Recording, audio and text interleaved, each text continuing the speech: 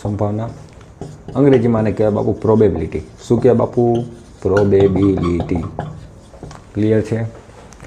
સાહેબ સંભાવનામાં હોય શું? સાહેબ સંભાવનામાં કાંઈ ન હોય બકા. સંભાવનામાં કાંઈ હોતું નથી. એટલું યાદ રાખવાનું, જે 100% તમે એમ કહો સાહેબ આ થવાનું જ છે, 100% બરાબર. તમે શું તમારા છોકરા પણ આવે ને તો પણ જે વસ્તુ થવાની જોઈએ 100% શ્યોર છે બરાબર, ચેન્જ નથી થવાનું. એની સંભાવના થાય છે 1, એટલે કે ચોક્કસ ઘટનાઓની સંભાવના બને છે 1.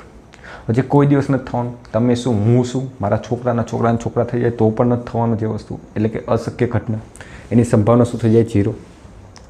તો સર તમે કીધું અશક્ય ઘટનાની સંભાવના 0, ચોક્કસ ઘટનાઓની સંભાવના થાય છે 1. તો શું 1થી વધુ કોઈ દિવસ ન હોય? હું કહું ભાઈ કોઈ દિવસ ન હોય. 0થી ઓછી કોઈ દિવસ ન હોય. નેગેટિવ તો બિલકુલ ન હોય ભાઈ.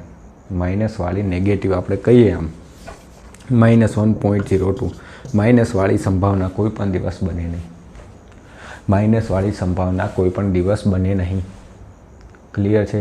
અને અત્યાર સુધીમાં ઘણા લોકોએ જે આંકડાશાસ્ત્રનો મારો વિડીયો જોયો હોય ફૈબાની ટ્રીકવાળો બરાબર, તો તમે એમાં લોકો તમને પસંદ નથી આવતો ને વિડીયો, તો પહેલી વસ્તુ ડિસલાઇક કરો બરાબર. કાંઈક એવું લાગે કે સર આમ મારે સજેશન દેવું છે તો સજેશન આપો કોમેન્ટથી બરાબર.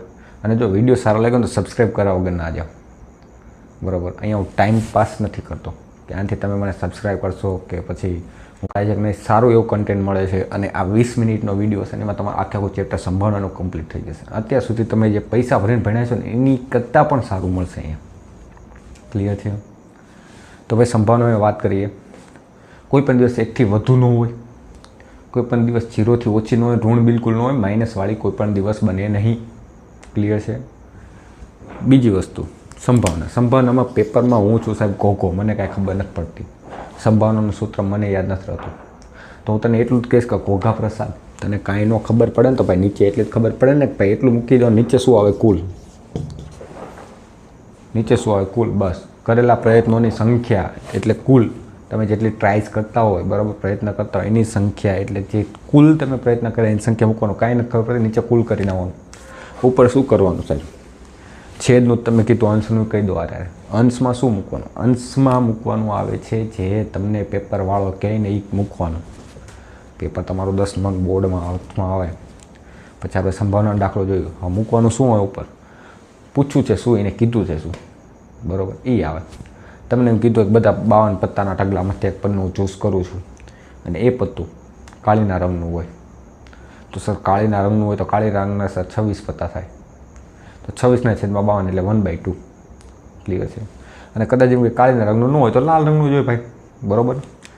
હાથે માઠેમાં રમો તો હો ને, ન રમતા હોય તો તમારા સરે ભણાવ્યું તો છે ને અત્યાર સુધી 52 પત્તા હોય ટોટલ. પછી બીજો પ્રશ્ન કેવો આવે? ડાઇસનો આવે. ડાઇસ આવે ને, પાસા ફેંકો. શકુની મામા યાદ આવે ને, આવું કરીને નહોતા નાખતા, એ ડાઇસવાળો. તો ડાઇસ જે છે, ડાઇસ કેટલી ટ્રાય આવે સર? ડાઇસમાં છે ને એટલે કે પાસો એકવાર ફેંક્યું તો કેટલી પોસિબિલિટી બને, એટલે કે સંભાવના પ્રોબેબિલિટી બને 6. સર 2 વાર ફેંકું તો કેટલી સંભાવના બને? સર 6નો સ્ક્વેર 36 બને. કુલ કેટલા આવે? છેદમાં 36 આવે હંમેશા, કોઈ પણ લઈ લો. 2 વાર ફેંકો બરાબર. પછી પરીક્ષામાં એમ કહે કે ભાઈ બધી બેકી સંખ્યાઓને બાદ કરતાં પછી પ્રયત્નો ગણવાના છે, તો બેકી સંખ્યા જે આવતી બધી બાદ કરી નાખવાની. અંદર 2 આવતી, 2 4 આવતી, જે રીતે એ વ્યક્તિ પૂછે એ ઉપર આવે. આટલું ક્લિયર છે? નીચે શું આવે? નીચે કુલ આવે. ઉપર જે પેપરમાં પૂછે ને હું લખી, વાત પૂરી. વાત સંભાવના તો આની બહારનું કંઈ નથી. ચેપ્ટર આટલામાં જ છે. હું જે અત્યાર સુધી બોલ્યો ને પાછું રિપીટેશન કરું. સાહેબ સંભાવના કોઈ દિવસ ઋણ ન હોય, ઓછામાં ઓછી 0 હોય, વધુમાં વધુ 1 હોય, એનાથી કોઈ દિવસ બદલાય નહીં. 0 ને 1ની વચ્ચે હોય, હા હોય. 2/3 હોય, હા 2/3 હોય. કારણ કે 1/3 એટલે 0.33 થાય, 2/3 એટલે 0.66 થાય. હોય, હા હોય ભાઈ. 0.66 0 અને 1ની વચ્ચે આવે કે ના આવે સાહેબ? હા, 0 અને 1ની વચ્ચે આવે કે ન આવે? કાં તો 1 હોય કાં તો 0 હોય. ક્લિયર છે? આની બાયનું ચેપ્ટરમાં કોઈ દી પૂછ્યું નથી તમને, અત્યારે જે બોલ્યો નહીં બરાબર. ચોક્કસ ઘટનાની સંભાવના 1 હોય, અશક્ય ઘટનાની સંભાવના 0 હોય. પછી હંમેશા સંભાવનામાં નીચે આવે છે કુલ, અને ઉપર શું આવશે જે પેપરમાં પૂછે છે એવું લખીશ, બાકી કંઈ નહીં લખું. ક્લિયર છે? ઓ હીરો, અહીંયા ધ્યાન આપ. પાસાને એકવાર ફેંકવામાં આવે છે તો પાસો ચૂકવણી તો સર પત્તા બત્તા લઈ લેવાય ને, ઘણા હોય જુગારી, એની ઈચ્છા થાય કે સાહેબ પત્તા બત્તા લેવાય ને સાહેબ, બરાબર, તો મજા આવે થોડી, હાથમ આઠમની યાદ આવી જાય ઘણા. હવે પાસાને એકવાર ફેંકવામાં આવે છે તો પેલું અવિભાજ્ય સંખ્યા મળે, બીજું 2 અને 6 વચ્ચેની સંખ્યા મળે, ત્રીજું છે અયુગ્મ સંખ્યા મળવાની સંભાવના શોધો. હવે પાસાને કેટલી વાર ફેંકવાનો છે? એક. શકુનીમાં બેઠા હતા, પાસો ફેંકો.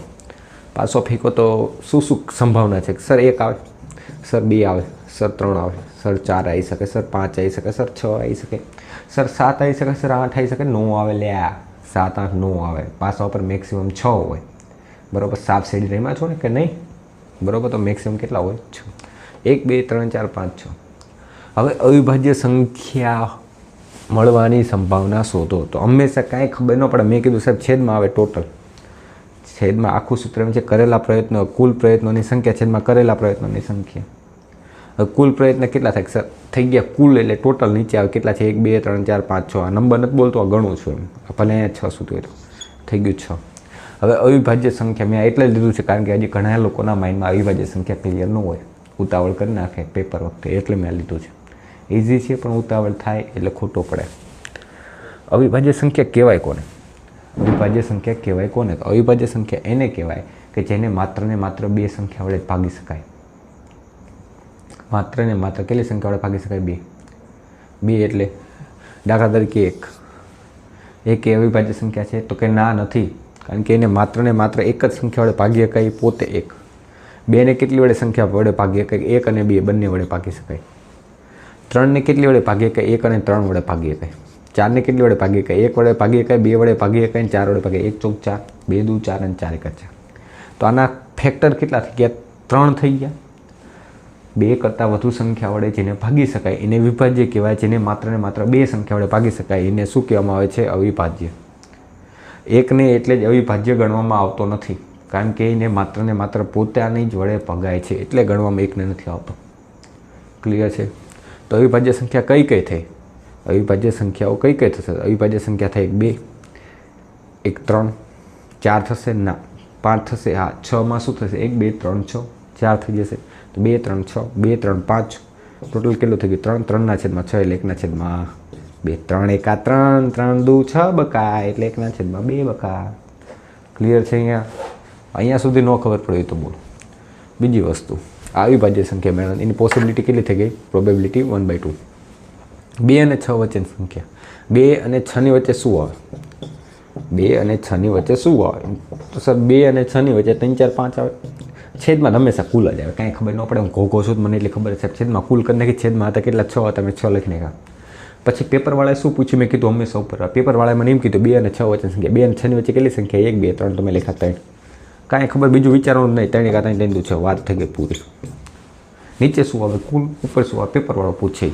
એટલું જ આપણે સ્પીડમાં કરશું. હવે બીજી વાર પાછું, અયુગ્મ સંખ્યા મેળવવાની સંભાવના શું થશે? નીચે શું આવે? કુલ. કુલ છે 6.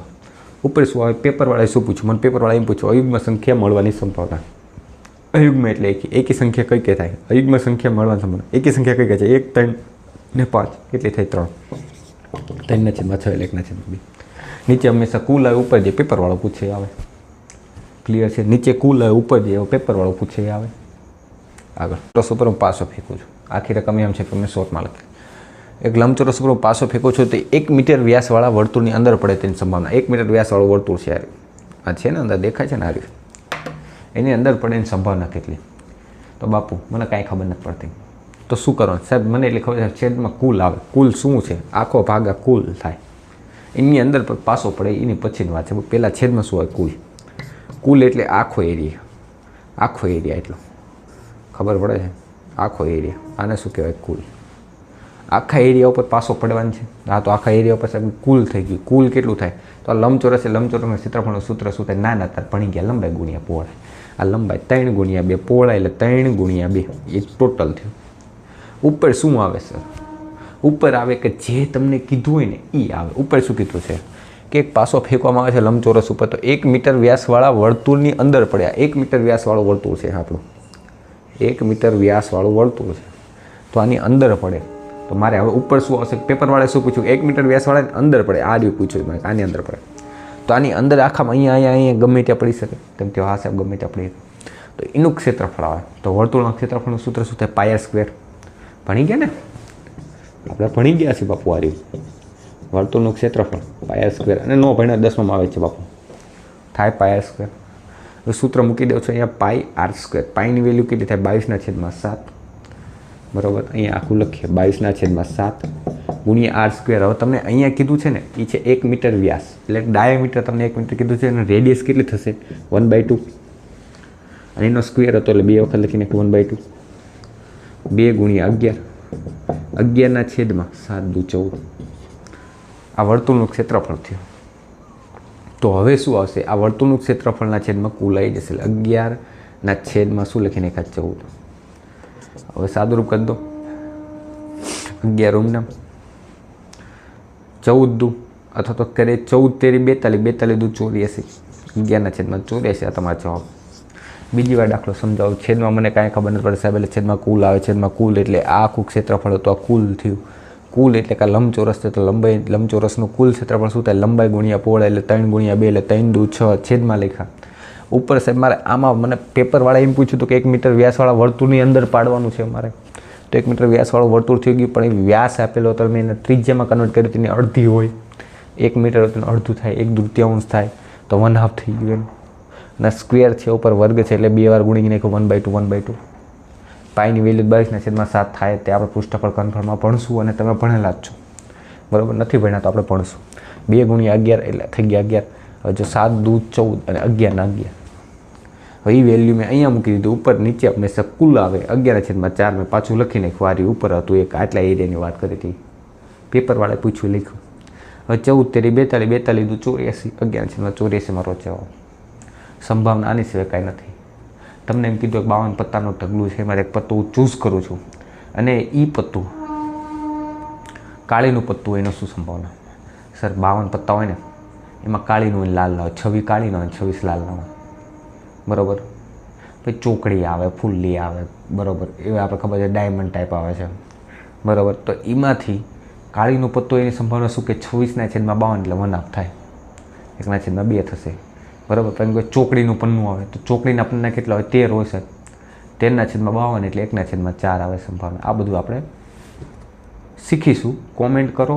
હજી તમને કહું છું ભાઈ, સબસ્ક્રાઈબ નથી કરી ચેનલ તો પહેલાં સબસ્ક્રાઈબ કરો. નથી વિડીયો સારો લાગતો ડિસલાઇક કરો. ક્લિયર છું? અને જો પસંદ આવે છે તો લાઇક અને સબસ્ક્રાઈબ જરૂર કરો. આની પહેલાં આંકડાશાસ્ત્ર તમને અત્યાર સુધી જે ટ્રીક જે ભણાવી આપણે, એવી ટ્રીક તમને યુટ્યુબમાં ક્યાંય જોવા નહીં મળે.